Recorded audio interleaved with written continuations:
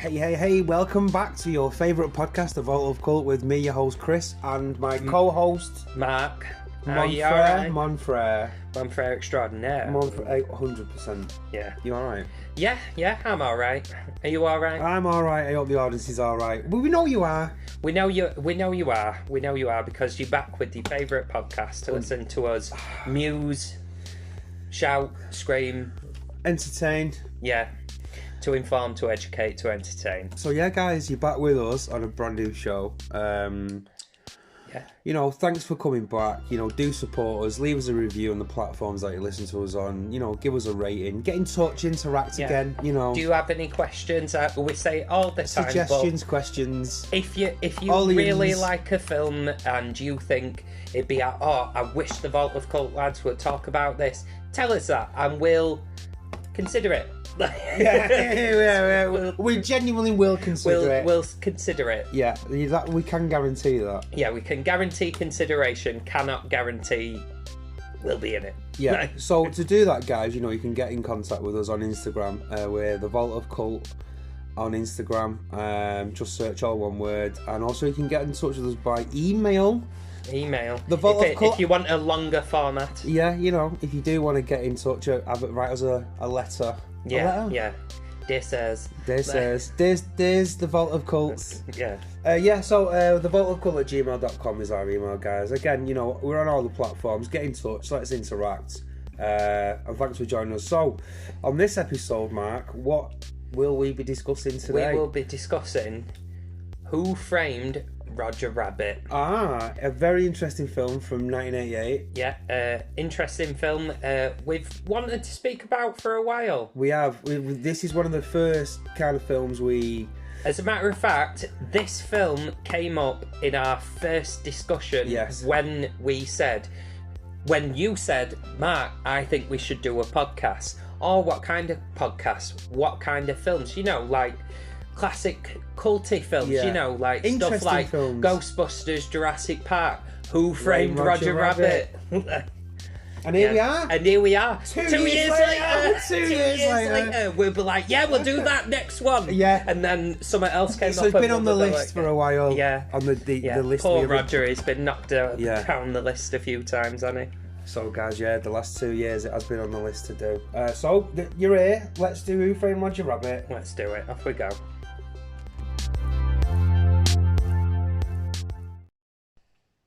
Roger Rabbit, Mark. Roger Rabbit. Yes, Roger Rabbit. As you say, from the year 1988, released 22nd of June, 1988. Bang! Right in the middle of summer film. Yeah, big summer film. Was this right? 1 year before I existed. I was here. I was 76. You were 802. Yeah, it was 104 minutes long. Right, so length. I know we go on, guys, about length of films, but I think it doesn't outstay its welcome. It doesn't outstay its welcome. I think for this kind of... Pacey, though. Pacey. Whops along. It does. I think that's best adjective I can think of it. It whops. It whops along. It does. This. It really does. So I'm not mad about not at all. That. Not at I know all. We always give the gold standards as a 90-minute film, but 10 minutes I don't. More. Come on. It's fine. It's not. It's not too much. No, it doesn't stay as well. As this, and of course that's the official runtime, so that'll include credits as well. So really, it is a 90-minute long film. Yeah. Because when you're in pictures, are you stopping to watch the credits? Unless well, you do nowadays. You do because now. You fucking have to nowadays. But back then, you didn't have to. No. You'd be like, as soon as it goes dark, right, come on, get your shit. Yeah, come on. We're going home. Done. Off we go. But I'm still eating my chalk ice. Yeah, lights coming on. I'm still eating my chalk ice. But yeah, so yeah, 104 minutes long. Fine. Happy with that. Fine. Budget at the time. Let's think about its financials. Interesting. It was interesting because it had a budget of 50.6 million.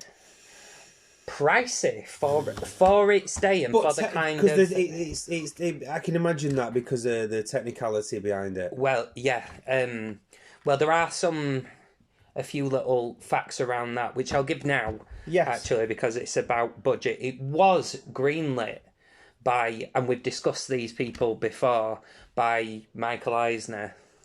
Oh, well, we should say, We'll get onto that, go on. But it was greenlit as 30 million. Bloody hell. So this has had some increases, has this, over its time. We're getting double.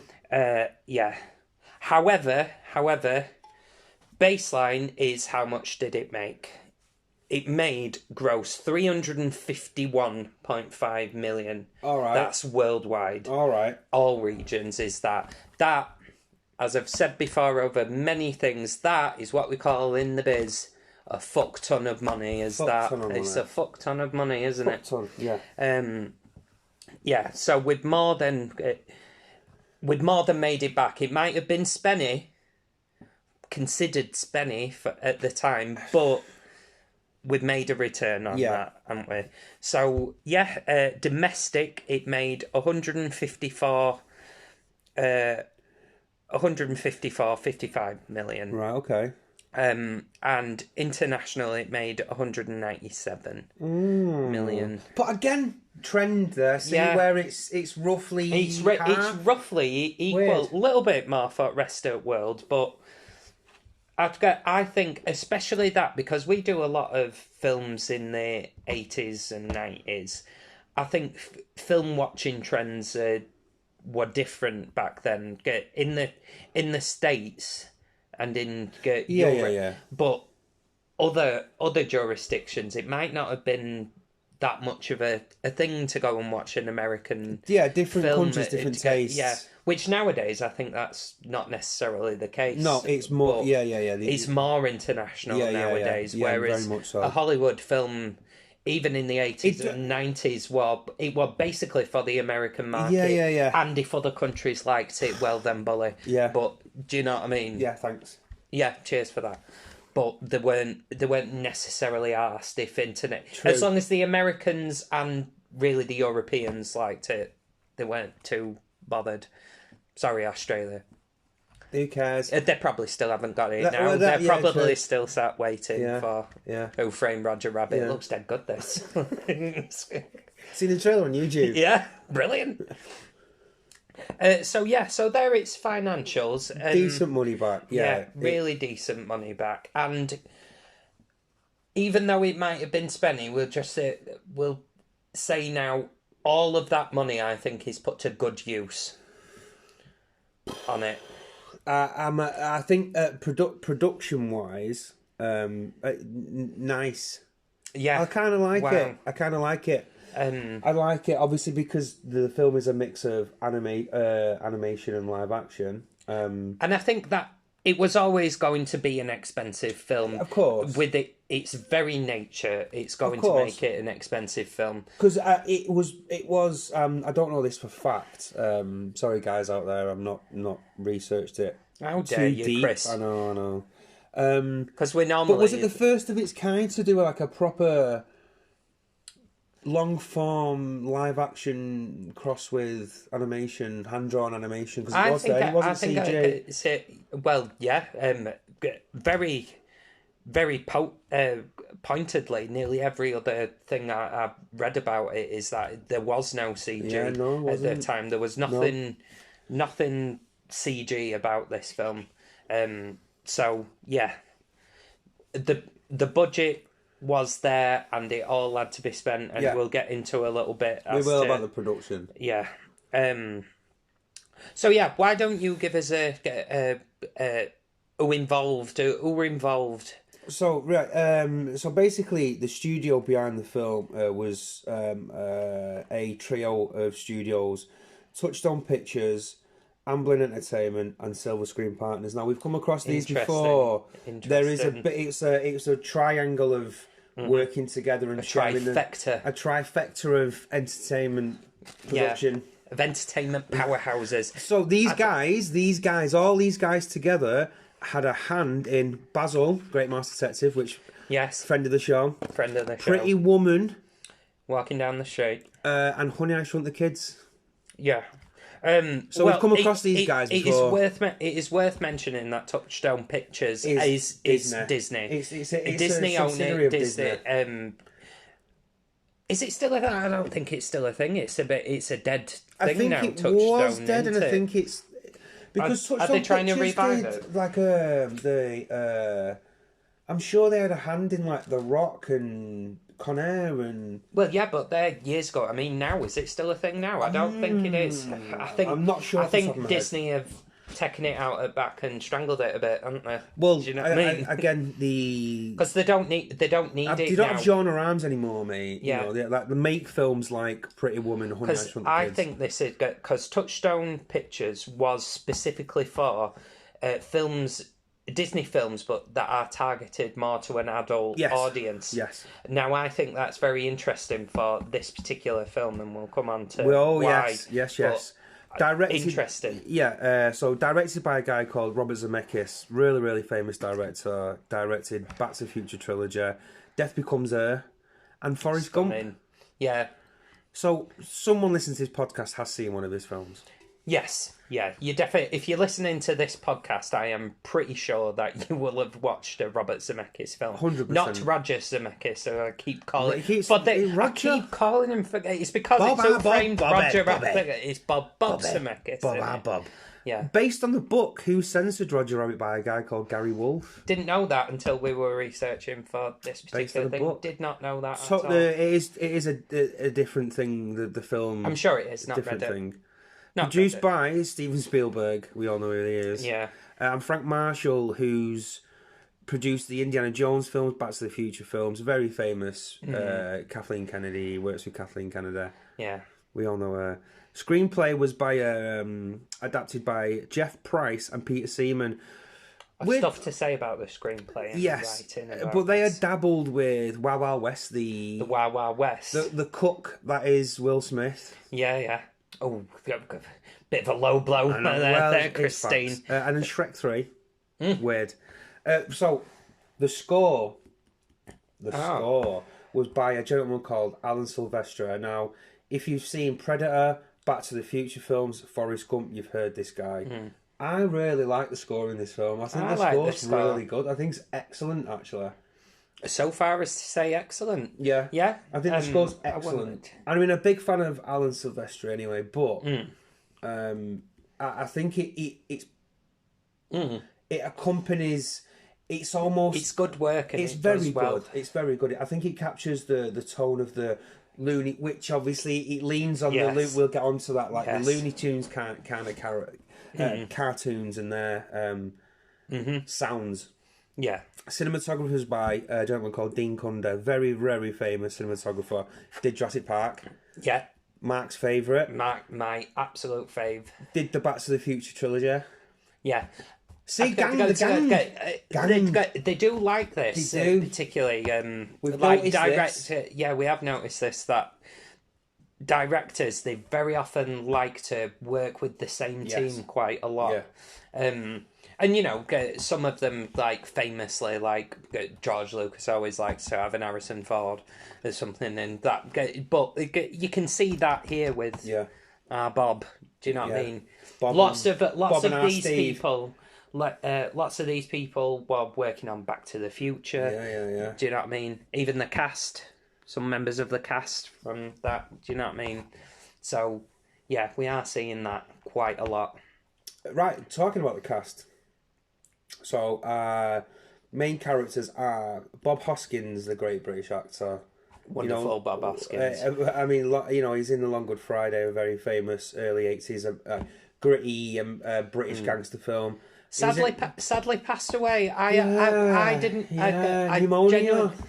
I genuinely didn't realise that he died until I were doing this. Sad that. Literally, I was like, "Oh, Bob Hoskins is dead." When? And like 9 years ago now, and it genuinely passed me by, and I was like, "Oh, Bob." Yeah, Bob. He was in Mario Brothers as well. Yeah. And he was in Mermaids, the Cher film. He was in Mermaids. You know, if you really know, what's the song? It's in his kiss. It's in his kiss. It's in the Shoop Shoop song. Sure, that's the Shoop Shoop song. Christopher Lloyd, obviously well known from Back to the Future as Doc Brown. Yeah. He plays Judge Doom. Yeah. Sadistic. Mad. Cartoon villain. Literally. We'll get into that. Yeah. Stubby K played Marvin Acme, where he's a character that owns a film studio that employs these cartoon characters. Joanne Cassidy plays Dolores, who's Bob Hoskins kind of squeezing it. She works in the bar. She was in Blade Runner. I can't remember seeing her in anything else. Blade Runner is the biggest thing she ever did. Yeah, but I can't remember her in that. She plays I've not watched it in a long time, but I can't remember her in it. Alan Tilburn plays R.K. Maroon, who's the other guy that owns another studio. Yeah. He was in Dad's Army, British actor. Dad's Army and the Sweeney. Oh, yeah. The Sweeney. Yeah, Sweeney. Get your knickers on and maybe a cup of tea. For our American listeners, the Sweeney is a program from the 70s that was set in a vice squad in London. So they went after all the naughty boys. TV show, British TV show, and it was well known for being quite violent and gritty and for the time, on British television at the time. Yeah. You use that Starsky and Hutch and stuff. Yeah, we had the Sweeney. Totally different things. Yeah, darker than very much so. Starsky and Hutch. Yeah. So if you're going to watch that, don't think it's like Starsky and Hutch, because you'll be sat there. Yeah, you're like, "Fuck's this? Fuck is this?" Right, so we're getting on to Charles Fleischer, who voiced Roger. Along with a number of other characters, by the way, in the film. Minor Benny characters. the Cab, Benny the Cab. Yeah. I like Benny the Cab. And he voiced two of the weasels in the gang. Yes, he did. Judge's Doom gang. Kathleen Turner. Yeah. Jessica Rabbit. Interestingly, I was going to say this in fun fact, but I'll just say it now. Uncredited in the film. She was not credited, and I was like, why? Really? I've never understood an uncredited thing. I'd be like, no, I did it. Do you know what I mean? Uncredited. She was quite known at the. She was quite known. Kathleen. She's been making movies for a few years. Yeah, Kathleen Turner. She were all over in the 80s. Well, the first film is a well regarded. It's like, so her first film that she was known for was a neo noir, which I thought was really interesting because we'll get on to tone is this a noir film? Well. So she was in Body Heat, famous neo noir, Romancing the Stone with. What's he called? Douglas. Which you've told me to watch a few times. Which is really weird. I'm like, because I have suggested Romancing the Stone as an episode on the show. Yeah, as a totally unrelated thing. So, and when I see it, I was like, oh yeah, see. Yeah, and I'd never seen it. Very, very interesting film, Romancing the Stone. Yeah, and Julian and Isle as well. It's double bill. But I just thought that were just dead interesting. Like, why didn't she want it? Did she not want a name attached to it? Because that's the only reason that I can think. Weird. Any road. So actually, got the cast out of the way. So let's tell you what the film's about. So the film is set in an alternative history of Hollywood in 1947. It says so with the titles at the beginning, like 1947 Hollywood, where humans and toons coexist. So toons are basically cartoon characters, 2D animation that live in the real world with us humans. The story follows Eddie Valiant, played by Bob Hoskins, and he's a private detective with a grudge against toons, which it eventually reveals what the issue is, who must help to exonerate a famous toon called Roger Rabbit, after he's framed for murder. Ooh. Yeah. Literally, who framed Roger Rabbit? Bang. Who did? But talk about who censored Roger Rabbit in the book. Interesting is but that. Who's not a title for a film though, by any stretch of logic. I can people would be like, censored Roger Rabbit. Clunky. Yes. For a film. Very much. For a book, fine. Yeah. But interesting thing, we talked about adaptations a lot. In this show, and will continue to do so. Facts. But yeah, even just down to that's all part of just making something fit the screen, and even does the title fit? You're adapting it because it's not the same medium, is it? Facts. So yeah. Oh, speaking of which, shall we do some facts then? Yes, let's. That were a nice segue. It was one. That's why I looked at you and was like, "Now you can do the facts." So yeah, fun facts to have fun with. At the Academy Awards. Oh. We haven't talked about the Academy Awards for a little while. We've not. We've not. This won 3. Shut Won up. 3. Won Really? 3. I mean, obviously, it's not going to win Best Picture, so just put that out your mind, listeners. If Do that's you know what you it was think nominated though? I don't know everything that he was nominated for. I've just got his winnings. Yes, I should have got that information. No, it's but fine. I'm putting you under pressure. It won Best Film Editing. Can see it. Oh. Best Film Editing, Best Sound Effects, and Best Visual Effects. Okay, 100%. You watch this film and you think about the visual effects, and you're like, "That is a fair win." Yes, that is absolutely a fair win. It was remarkable in its time, not only for the technical aspects, for which I'll cover, but using companies licensed characters. Licensed characters. Not just Disney's, because Disney's were easy to do because they own Touchstone. Yes. Right? Not just it. Warner Brothers. What name of the guy Looney who did to yeah. All of those stuff. So many others as well. So many Betty Boop. Betty Boop. Said boop boop. Yeah. Hey Eddie. So many from the what you call the golden age or the classic age of cartoon animation, where it was basically Disney and Warner Brothers were these big rivals, and well, that's why you've got very similar characters. It's like Donald Duck and Daffy Duck, obviously. Good scene, by the way. Good scene. Good really scene. Good I like scene. it. Really good scene. So yeah, guys. So if you don't know that much about Who Framed Roger Rabbit, this was the first time where it's like, imagine Marvel and DC being in the same film. Basically, that's what were happening with Mickey Mouse and all the Looney Tunes characters. That honestly, you've seen that. You'll see them together. Yeah. And what makes this film one of the unique things is that you'll never see that. Yeah. You will never see that again. Even more so now. Even more so now. But don't you think that sort of reflects on its budget as well? Because Warner Brothers would be like, all right, yeah, you can use them. Let's talk the dollar. Let's can I have my dump truck full of money, please? Money, please. Warner Brothers were particularly very, very, very particular about how they could use their characters. I get that. They weren't change at all how they look. Okay, yeah, because that's fine. Because they weren't change. And if you were going to have an iconic Disney character and an iconic Warner Brothers character, because basically there were the Looney Tunes and what Disney called the Merry Melodies, which were like Mickey Mouse and all of that. Yeah. They were to have the exact same amount of screen time. Literally, it's that scene with Donald and Daffy. If you put a timer, they have got the exact same amount of screen time. Interesting. To the fucking nanosecond. And Warner Brothers got a little bit pissy because, when he's falling from the sky and you see Mickey Mouse and Bugs the parachute, they give him the parachute, yeah. Mickey appears first, and so he's got like literally half a second longer than Bugs Bunny. Yeah, Warner Brothers threw a wobbly about it. But Disney went, oh, shut up, you've had your millions. Yeah. So, and finally, fuck off. The Warner Brothers and the Warner sister must have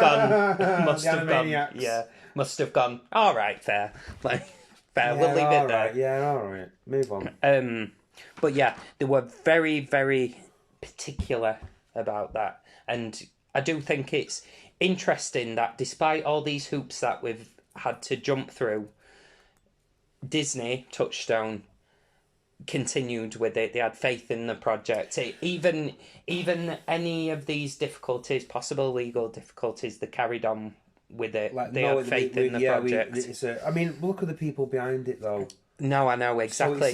So because Michael Eisner had specifically said that he had faith in the project because he knew Robert Zemeckis could be trusted, and he really was enjoying and wanted to carry on working with Spielberg in particular. Well, I mean, who don't? Like, if you back then, back then, it definitely was still like the height of the powers, wasn't it? Yeah, yeah, and would be for quite a long while. As yet to go. I just this is linking into the cast, but Bob Hoskins was not initially like. I think it's odd casting.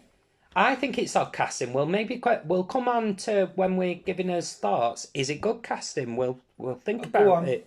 But was not first choice. First choice was Harrison Ford. But that's the Blade Runner thing, though. Yeah. Detective, no, anything, no. Chevy Chase was also sought after for it. Different sort of thing, though. Yeah, very much so. Eddie Murphy were chased, but turned it down. Justifiably, because he said he didn't understand the tune thing. So Eddie Murphy turned it down for that. Robin Williams was sought, different film altogether. I don't think it would have been a poor film with Robin Williams in it, but it's a different film. Yeah, it'd be more where I think he would overpower Robert Redford, and this is the one that made me go... Oh, Bob Redford. Yeah. Interesting, that. That is interesting, but the one that made me go, what? Sylvester Stallone was sought after. I think he just said no. But they ended up landing on Bob Hoskins because Steven Spielberg essentially thought he were a good actor. Well, he wasn't. Do you know what I mean?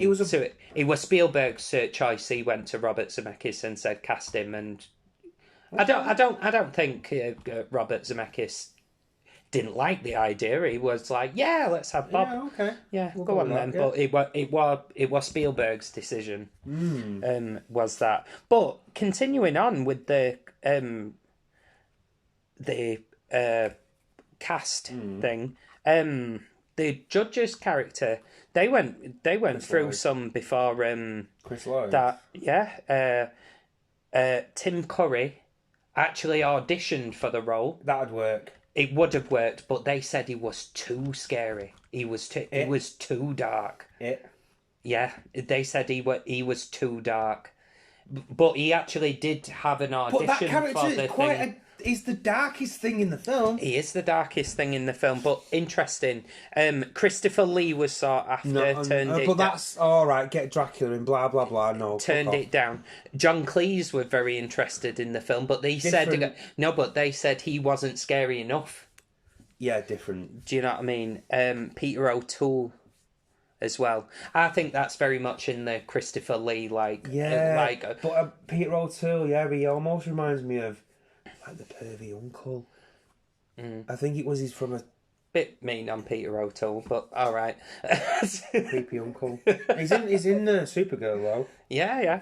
But yeah, so there were quite clearly a lot of chopping and changing about who's going to be your main two. They were just throwing names out there. I think there were, but these people were actively sought after. That they had to say no, or like in Tim Curry's case, actually did the screen test for it, and they were like too much. Yeah, they landed on what's his face on Christopher Lloyd again because he'd worked with him before. And that's exactly why they landed of it. Chris, I'm doing a film. All right, Bob. Like, what is it? Yeah. It's this detective story. Come and have audition for that. So Bob Hoskins, Spielberg choice. Christopher Lloyd, almost certainly Robert Zemeckis' choice for that part. And works. Yes. Works. Yes. Definitely works. Yeah, like I say, mate, he's a fucking sinister character in it. Yeah, very much so. Right. Quickly then, what I want to talk about then is that we'd mentioned before, initially budgeted for 30 million. And because of the production of this, kept going up and up and up and up.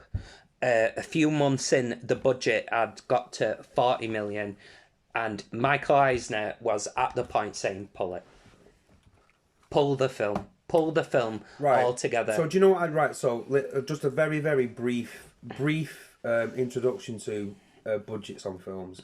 Right, so the budget on a film, you don't get a pot of money. They don't go, here's 50 million, and when that's gone, it's gone. Yeah. So what you do is, at the end of every week, it's really old school how they still do it. They still do it old school. They have like an account, they account, literally, tot everything up and go, that's how much we spent this week. That's how much we spent this week. Yeah. That's how it works. And so it's creeping up. Yeah. And so that's how you know when you got, right, I'm over budget. Yeah. I'm over budget. You're full. So when you might hear these phrases, you're 2 weeks over budget, you're 3 weeks over budget. Do you know what I mean? That you literally, they physically tie it up, and it's still done like that. That's nowadays, how it's done. Isn't it? That's how a budget is done on a film. You don't get these Marvel films haven't got 300 million quid. They just go, we're gonna. Yeah, there's what's your sort code and account number? Someone had turned up with a fucking pallet full of money. Like, there's his money. Look at that. Look at all that. Yeah. No, don't work like that. You have to request the money from the studio. Yeah.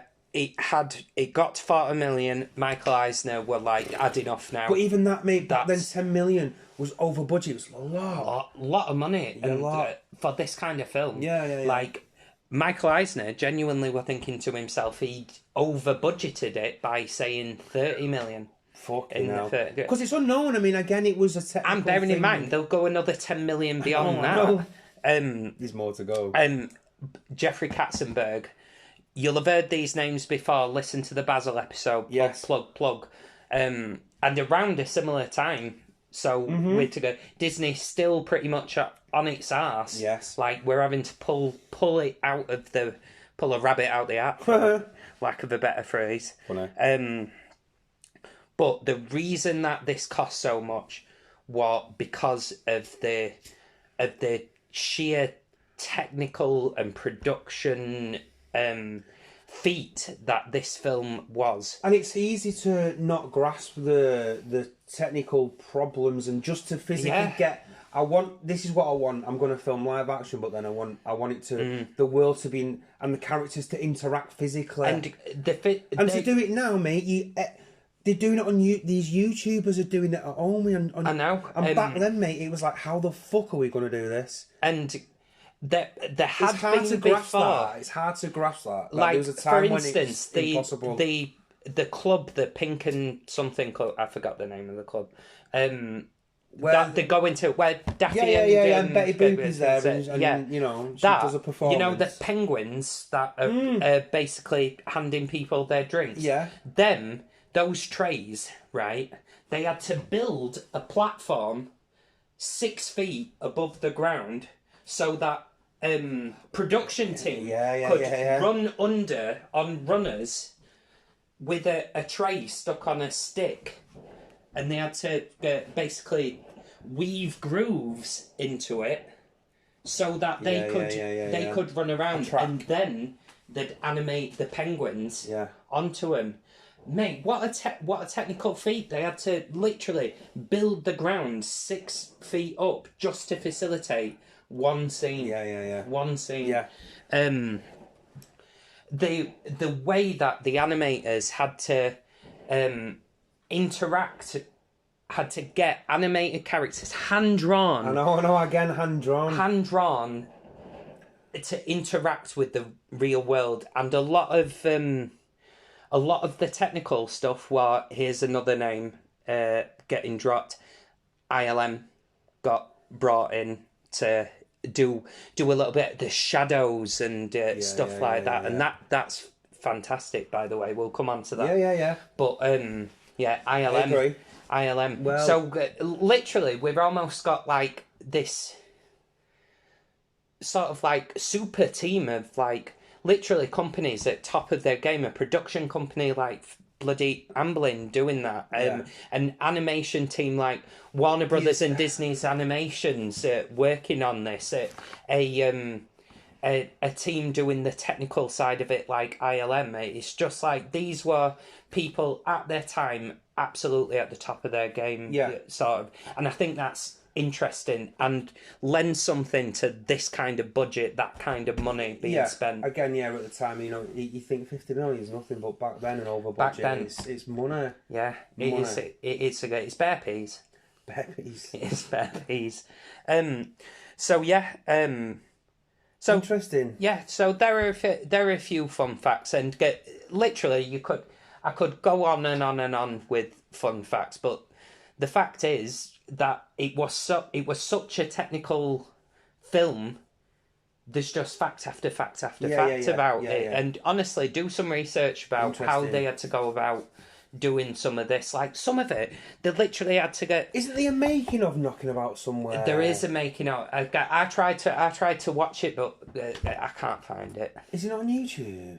There's like bits and bobs of it on YouTube. That's where I've got some of these. Because I'm sure they've got it on the new... Because it's kind of like, weirdly enough, just been announced to come out in 4K. Oh, cool. And I think it's on that. But as I have read over the years, like, it's a really cool documentary about the making of Roger Rabbit. Like, just you getting a tiny peek of, you like, fuck me, like, how did they do it? Yeah. But they pulled it off with, an extra 20 million on the budget. Yeah. A tidy extra 20 million. So, thoughts and... Thoughts?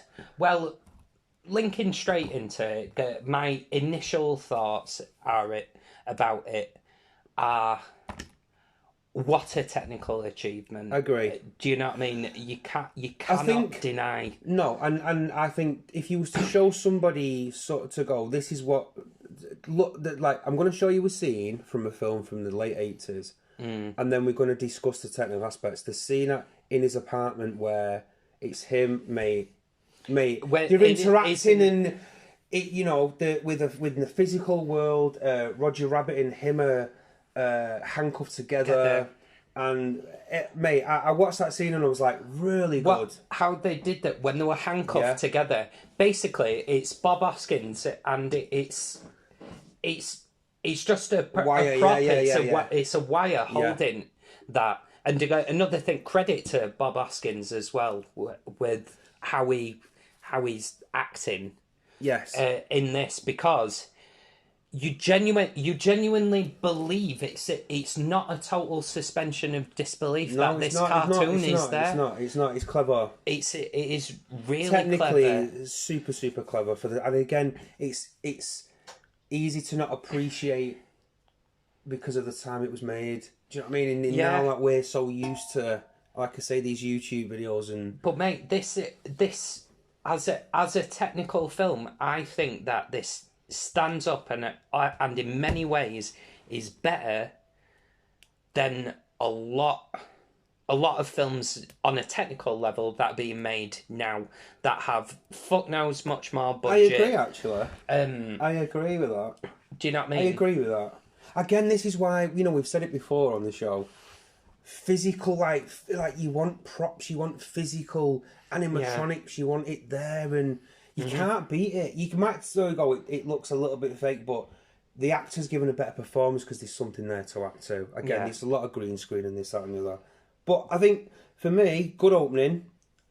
Cartoon tropes, I like that. Yeah. It opens up in a cartoon where Roger Rabbit is trying to stop this child from hurting itself, going around the kitchen to try and get in very much that Warner Brothers, Looney Tunes and Disney Merry Melodies thing. How often was that particular trope to you? Tom and Jerry. Exactly.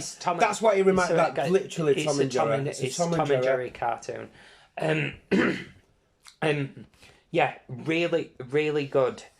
And what I really liked about this film as well, I don't know whether you agree, but I think you will. The visual storytelling of it, of imparting information to the audience, is excellent in this film. Not just in terms of dialogue, but in terms of showing us, not telling us. Nowadays, a world will be built, and we'd have had, since animation first came about, cartoons have inhabited the world, and you'd have got a load of backstory. Don't explain fuck all. Don't explain fuck all. This is the world you're in it. And I agree with that. I can't tell you how much I agree with that. I put here that the world and the dialogue is genuinely great. Information and exposition is conveyed in a way that fits into the world. Right from the off, you know where they finish the animation short. Yeah. And Straight it comes up to him. By the way, another seamless scene where a physical person comes onto an animated set and says it's supposed to be stars. That He's got birds tweeting around his head. It's got birds tweeting it. It's supposed to be stars, right? And all of a sudden, that information's being imparted. This is a world. Toons live there. They've always lived there. They're acting in this world. You know what I mean? Their job is to be in those animated shorts. Yeah. Because the Toons are employed to be cartoons. They're setting up how the world works without someone saying to the audience, this is how the world works. Excellent. There is a point, going on to that kind of, there is a point where Bob Hoskins does go in, they call it Toontown. Yeah. Right. And there's a point in time in there where he I see this scene and my first thought was, what are the physics of Toontown? Because he's in a lift and like the comedy lift goes up and down. And like in a brief shot, he's almost like squashed like a pancake. But I'm like, well, that wouldn't happen in. It wouldn't happen in. And I'm like, I'm a kind of not. I won't necessarily say it's one of my bad points, but I've listed it as. But again, he does that lean into we don't have to explain it because I didn't think of it like that until you said. But what I were. And the shadow on the wall that interacts with him. I think it would have hurt the narrative if they started to explain it. The reason that they can do these things is because they're cartoons. Well, the reason that he's gone into their world, so then all of a sudden his physicality will start matching. He's interacting with their world like a toon, like the toons are interacting with the real world, splashing water and like doing. Do you not? Right. Okay. Do you see what I mean? Yeah. Okay. I think genuinely the visual storytelling and the exposition in this film and the dialogue, the way it's written, genuinely good. Like I thought I'd get Jessica Rabbit as well. Oh mate, I can't. Let me just get this in there.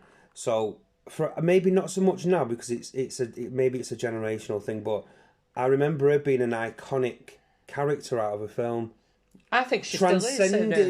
And classic femme fatale as well because the film obviously follows like noir detective story vibes. You know, you've got the alcoholic underdog, tragic backstory, tropes, and it plays within that world, and it's happy to play in that world, but also it's not nudge winking you every 2 minutes. No, and do you know why? Showing you it, and do you know why? Because the style of this film is a Tex Avery cartoon come to life. Okay. Now, Tex Avery was the top bollocks at Walt Disney. He's the godfather, basically, Tex Avery. But the reason he's not so much heard of nowadays in terms of one of the greats or the originators for all these classic characters, because his comedy was very sarcastic, very much based on sight gags, surrealist humour, sexual overtones, wacky characters, breaking the fourth wall. Full of this. Guys, if you don't know who Tex Avery is, you spell his name Texavery. Just Google Tex Avery and you will see this guy's literally the godfather of all these classic cartoons. Yeah. And that, again, I've just pointed out his style, and this film has all those things in it. No, I agree. Very much agree. So, yeah. But I've got what I've put about Jessica Rabbit in particular, carrying on. She's a really well-written character. For a lot of the film, you're not sure on whose side you're in. No, that's good, yeah. Again, the femme fatale is playing to the trope. Yeah, exactly. I like it. That's the thing. It's played so well. And even though that this is an animated character, this is a cartoon, she's genuinely taken seriously in the world. Do you know what I mean? Yeah. But and I think that's the case for all the Toons, particularly Jessica Rabbit. But they inhabit the world so well that you don't question it.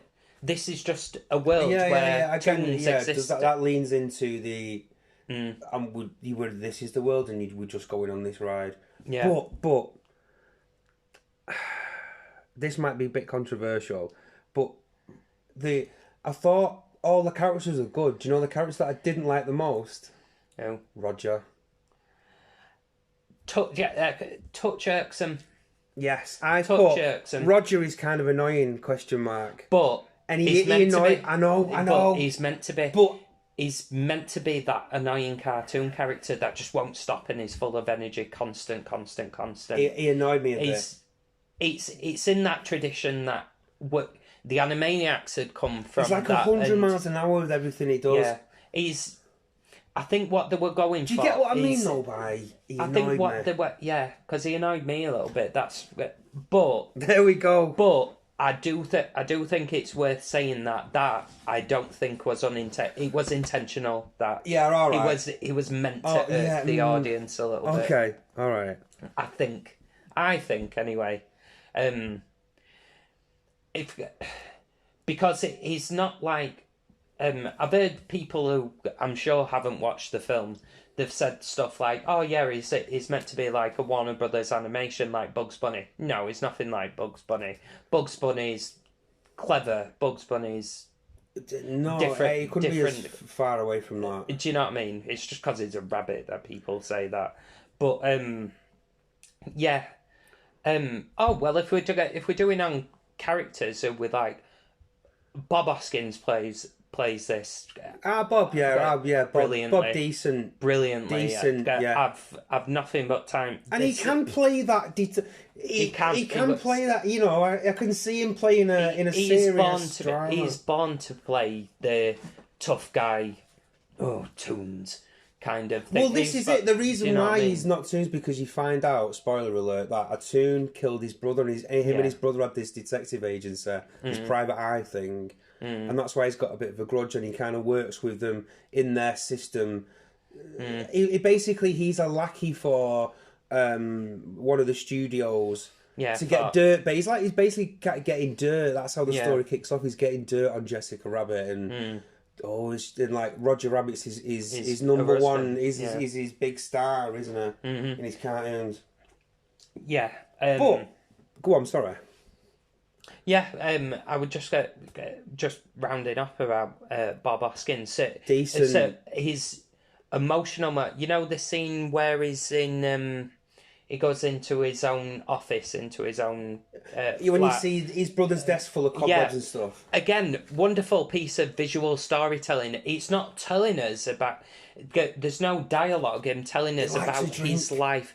He likes a drink. Visually, you're seeing his whole life. These are the things that he did with his brother, and these are the cases that they were on, and it's done in one big long take as well. Silence, just score. Clever use of the long take as well, Bob. Because some directors and cinematographers very visual, similar to Back to the Future. Yeah, which isn't surprising, at all, considering same cinematographer, all the same people made this same film. People in it. But I've genuinely wrote that scene down. Because the one in Eddie's office, it seamlessly, through one big long take, moves from night to day. Yeah. Do you know what I mean? Yeah. Without... He's KO'd. He's like, as the camera moves, you see he's asleep and time's moved on. Any kind of technical hitch, you don't see anyone's shadows moving as they move around the set to make it morning. Do you know what I mean? Again, technically, brilliant film. So, can I just say a couple of things that I noticed, right? Yeah, go on. So, some of the animation, because of its age, I'm putting it in context, a little bit ropey. But then in other scenes, it still looks really good. Like, oh, that's clever. I didn't know, because I was looking for those, and like I say, that scene, marvellous when it's him and it's just a pair of them in his gaff. And it's bouncing off nothing. Very good. Off very, very nothing. Good. Did you notice the kids on the back of the tram at the beginning of the film smoking cigs? Give him cigs. Yeah. I went, cheers for cigarettes. Bit weird. Well, also bit 80s. Yeah. Bit 80s. No one was bothered. Another scene. Have you noticed some of the dialogue doesn't match the mouths? I only noticed once.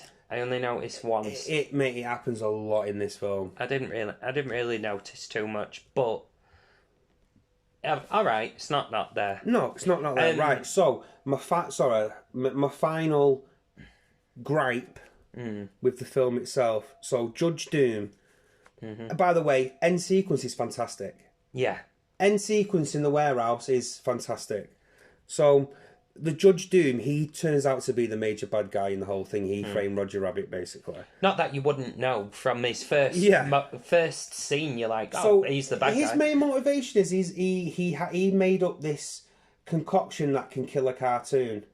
Because there's rumours that you can't kill a toon. That's what they say a couple of times in the film. And he's made this machine that is going to crash into Toontown and destroy all the toons. He's going to spray them all with this fucking liquid type shit, right?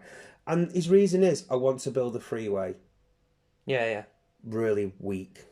Yeah, Mark, it's very, very, very weak. That there is some history there because it's there's a line early on in the film. Why would I need a car? We've got the best public transport. Well, they keep saying about the tram, don't they? They mention the tram a lot. The red. You wouldn't know.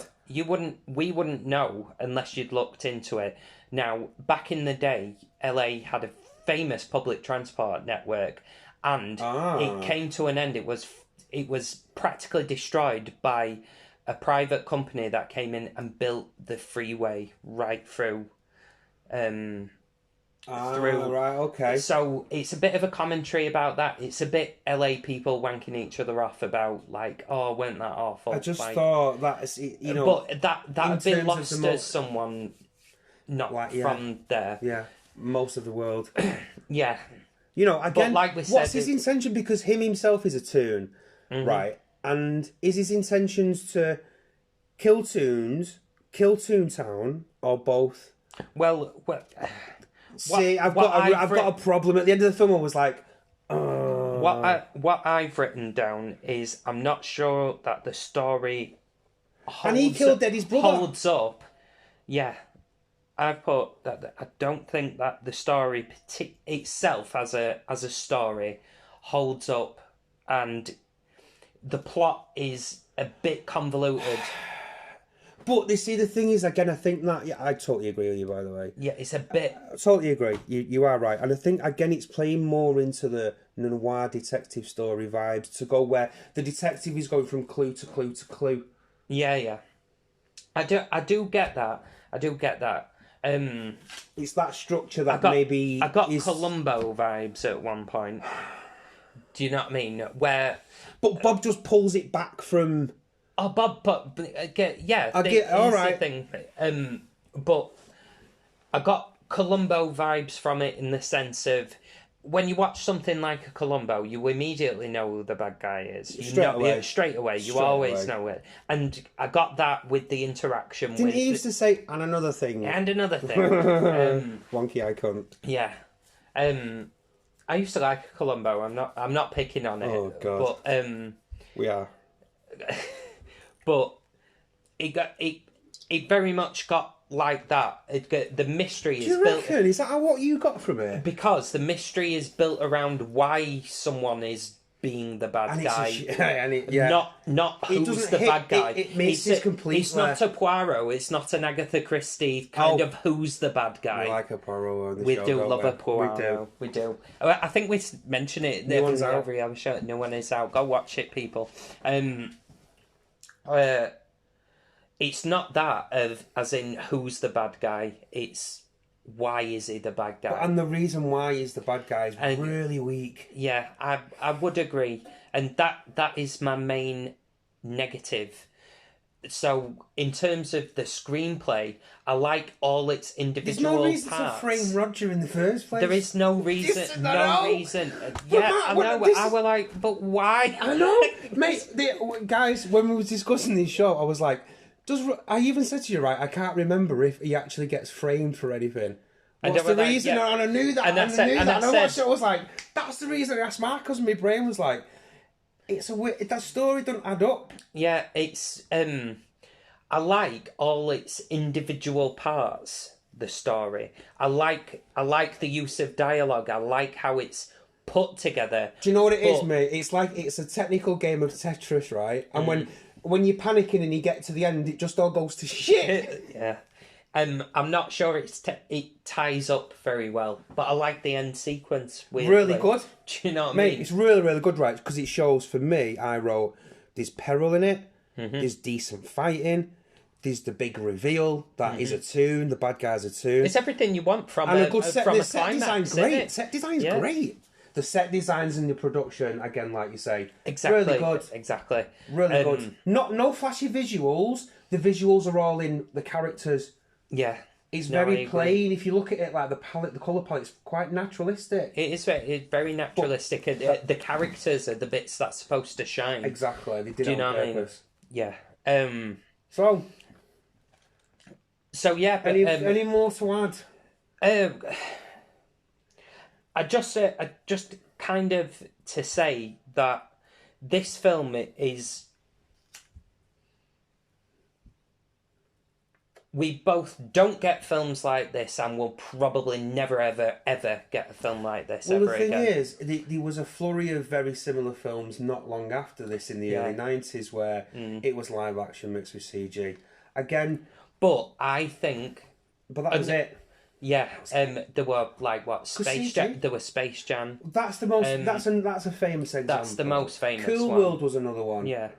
There had been stuff before mixing animation and live action. Mary Poppins. Yeah, but... do you know what I mean? On a technical level, Mary Poppins is just dancing, and there's some cartoons also dancing. Yeah. You know what I mean? Not that I'm saying Mary Poppins isn't a good film. It is a good film.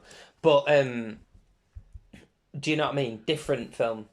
And yeah, there was a flurry of them. A few Looney Tunes ones. There weren't just Space Jam. And there was a Tom and Jerry one as well. Yeah, Tom and Jerry the movie, poor. For Tom and Jerry, poor, because I like Tom and Jerry. Well done. But... Thomas? Yeah. You don't get films like this anymore. Again, I think because of the technology as well. Yeah. And I think it's a bit of a loss to... We've said it, mate. We've said it again, you know, we've hinted at it loads about a good hand animated thing. It can be something really special. Yeah. Really special. And I do think the way that the animation interacts with the real world in this is something really special. I agree. Because even ones that come later don't do it half as well as this. No. I agree. Do you know what I mean? I would say this is the pinnacle of that.